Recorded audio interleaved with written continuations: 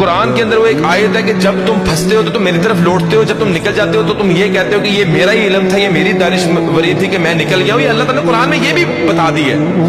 تو دعائیں بھی ایسی دل سے نکلتی تھیں کہ وہ آج بھی مجھے اپنے الفاظوں پہ بھی جو ہے حیرانگی ہوتی ہے. میں تو اللہ کا ہاتھ پھیلاتا تھا. اللہ تعالیٰ تو یوسف علیہ السلام کو کنویں سے نکال کے بادشاہ بنانے پہ قادر ہے.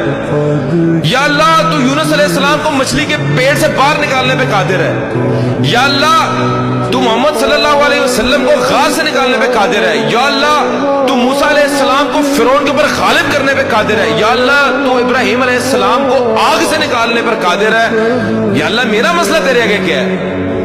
وہاں سے آزاد ہو گیا، میری 100% ریکوری ہو گئی. تب میرا یقین پختہ ہو گیا کہ میں نے زندگی کے اندر کبھی کسی مخلوق کے آگے کوئی ہاتھ نہیں پھیلانا ہے، کبھی کسی کو کام نہیں کہنا. جب میرا رب چاہے گا میں رب کو کہنا ہے